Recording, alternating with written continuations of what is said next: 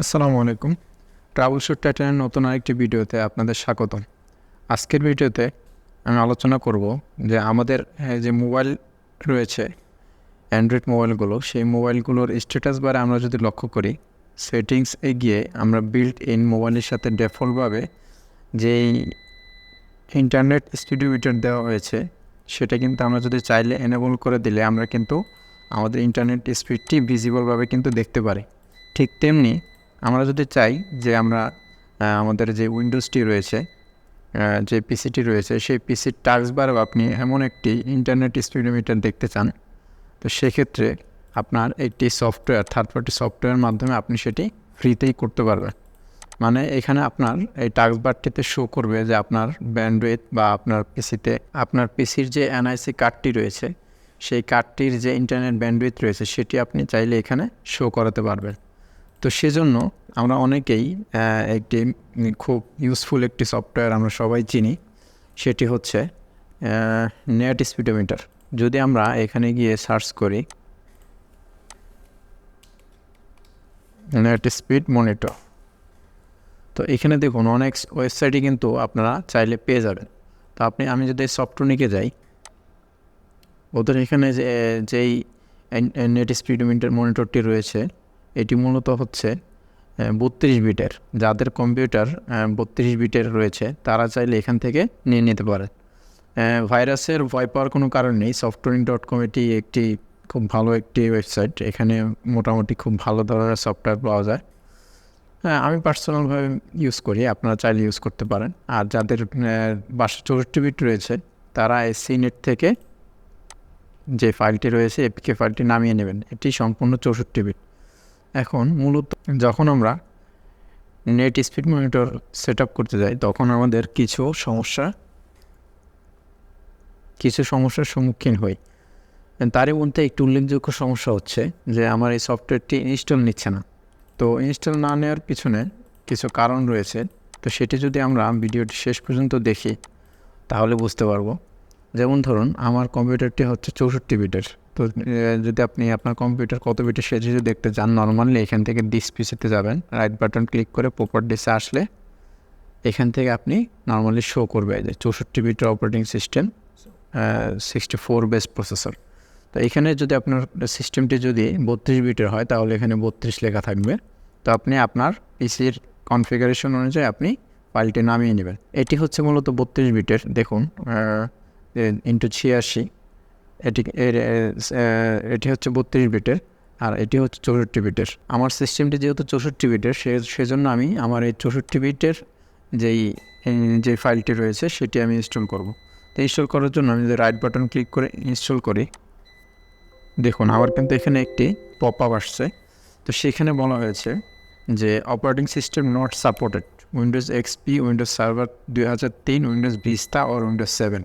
তার মানে আমাকে বলা হয়েছে যে আমাদের যে সফটওয়্যারটি রয়েছে, তো সেটি মূলত আপনি যদি ইউজ করতে চান, সেজন্য আপনার উইন্ডোজ এক্সপি বা উইন্ডোজ সার্ভার 2003, উইন্ডোজ ভিস্তা আর উইন্ডোজ 7 এই ওএসটি লাগবে। কিন্তু আমাদের তো উইন্ডোজ 10 প্রো ওএস দেওয়া রয়েছে, যার কারণে আমার এটি ইনস্টল হচ্ছে না।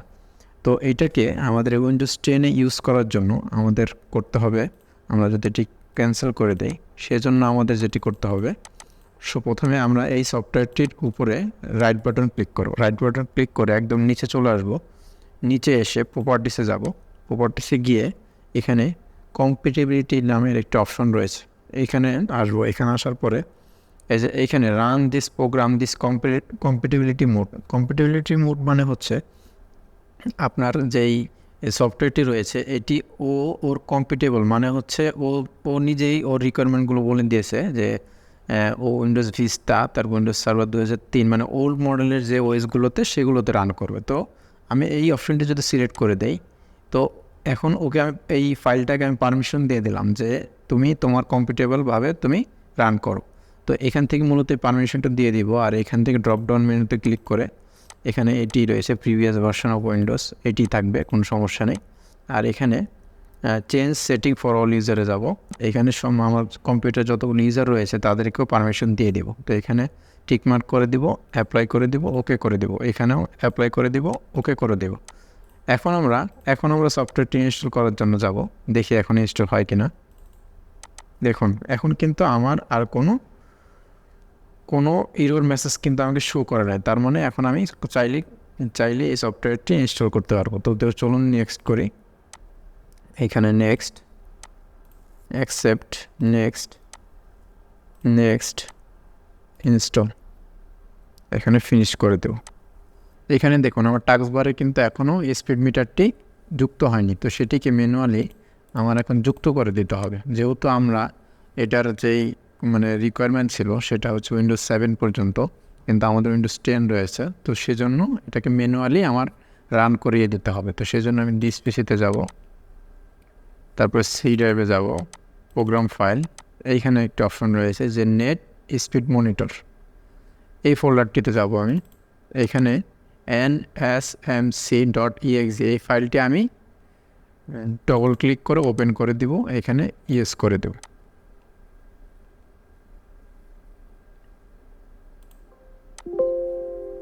দেখুন আমার কিন্তু চলে আসছে, তো আমার ল্যাঙ্গুয়েজটি ইংলিশই থাকবে। আর এখানে আমার যেই ড্রাইভারটা রয়েছে, আপনার যে নেটওয়ার্ক যে ড্রাইভারটি আপনি ইউজ করছেন সেটি আপনাকে দেখিয়ে দিতে হবে। যেমন রিয়েলটেক, এটা হচ্ছে আমার ল্যান কার্ডের, আর ওয়্যারলেস ল্যান এটি হচ্ছে আমি যেহেতু ওয়াইফাইতে কানেক্টেড, তো সেই জন্য আমি এই ওয়্যারলেস সিলেক্ট করে দিব এবং সেভ করে দেব। এখন দেখুন আমার কিন্তু স্পিড মিটারটি এখানে চালু হয়ে গেছে অলরেডি। তা আমার এখন কিন্তু আমার ফুল আমার এই পিসির জন্য যে ব্যান্ডউইথ রয়েছে সেই ব্যান্ডউইথটি কিন্তু আমি এখানে মনিটর করতে পারবো। তো আপনারা এখানে মূলত কেবিবিএসে ফরম্যাটটি শো করছে, আপনারা চাইলে এখানে রাইট বাটন ক্লিক করে কনফিগারে যাবেন, এইখানে কেবিবিএসকে এখানে এমবিবিএস করে দেবেন, অ্যাপ্লাই করে দেবেন, ওকে করে দেবেন। এখন কিন্তু আমার এখানে যে ব্যান্ডউইথটি রয়েছে এটি কিন্তু আমার এমবি ফরম্যাটে শো করছে, তো আপনারা চাইলে এটি ইউজ করতে পারেন। তো আজ এই পর্যন্তই, দেখা হবে পরবর্তী কোনো ভিডিওতে। সেই পর্যন্ত সবাই ভালো থাকুন, সুস্থ থাকুন। যদি ভিডিওটি ভালো লেগে থাকে তাহলে চ্যানেলটিকে সাবস্ক্রাইব করে দেবেন। আল্লাহ হাফেজ।